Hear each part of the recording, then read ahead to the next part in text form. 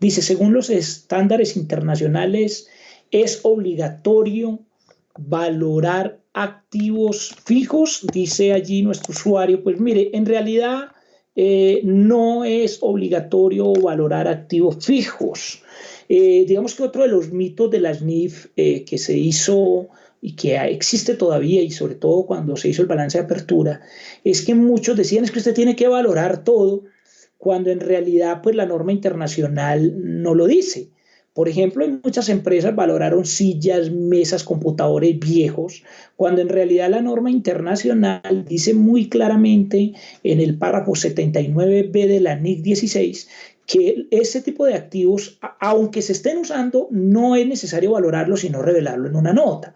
Es que en una multinacional seria, se lo digo porque, por ejemplo, tuve la fortuna, gracias a Dios, de implementar la NIF en Home Center en el año 2008, antes de que viniera incluso la ley 1314, pues por requerimiento de su matriz. Y recuerdo que en este tipo de empresas usted no se va a poner a valorar sillas, mesas, porque ellos dicen eso es inmaterial. Entonces yo los invito a que lean un artículo que se llama Terrorismo contable con los bienes muebles, está versión 2, está ahí, lo pueden buscar así en Google, está en Global Contable, y en Actualícese también. Creo que en Actualice está la versión 1. Pero bueno, hablando de inmuebles, lo primero que yo les quiero decir es que uno podría valorar el inmueble, sí, en el balance de apertura, y uno no está obligado a seguirlo valorando. O sea, usted podría haberlo valorado una sola vez e irse por la política del costo. Entonces, la conclusión a la pregunta puntualmente es, me preguntan, ¿es obligatorio valorar activos fijos según la NIF? Y la respuesta es no.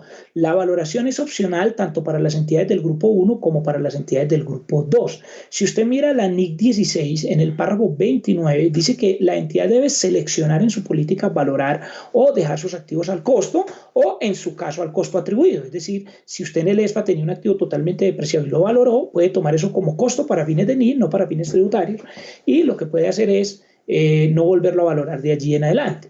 Les quiero mostrar acá, les quiero mostrar aquí en pantalla algo que tengo por aquí que dice, recomendación, ni siquiera es recomendable sobrevalorar activos porque se reducen los indicadores financieros para las licitaciones. Entonces les quiero mostrar aquí una pantallita donde muestro el ejemplo de Coca-Cola y el ejemplo de Microsoft. Dice así, dice Coca-Cola tiene 20.000 millones, supóngase, de dólares utilidades y tiene activos de 400.000. Entonces, cuando uno va a calcular el ROA es el 5%, que es lo que usted ve aquí, que es simplemente dividir la utilidad sobre los activos.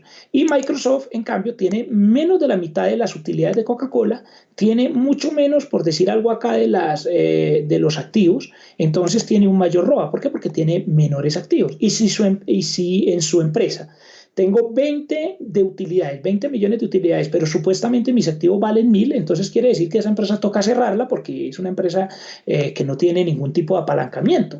Entonces, no es bueno o no se recomienda. Y además quiero decirles algo, mire, en las multinacionales más grandes y más serias yo me he dado cuenta que no siempre llevan a valor razonable. Hay unas que sí, hay unas que dicen, sí, yo quiero llevar mis activos a valor razonable y tienen, digamos, como esa idea, pero muchas multinacionales, también muy grandes y muy serias, dicen, no, yo lo dejo al costo porque, por varias razones.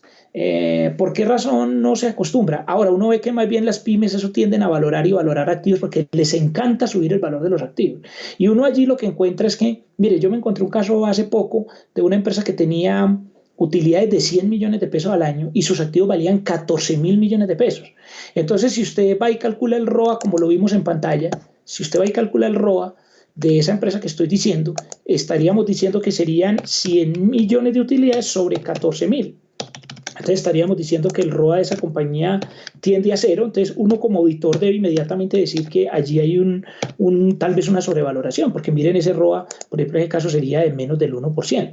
Entonces uno diría que, o si usted divide los 14.000 en los 100, para el caso, para hacerlo al revés, me daría 140. Ese 140 significa que serían 140 años de recuperación. Es decir, que usted necesitaría trabajar con ese activo 140 años para recuperar el valor del activo. Entonces es muy peligroso en una multinacional ir a hacer esto. O sea, lo que se recomienda es no valorar, digamos, los activos para evitar precisamente eso. Entonces, la conclusión es que no.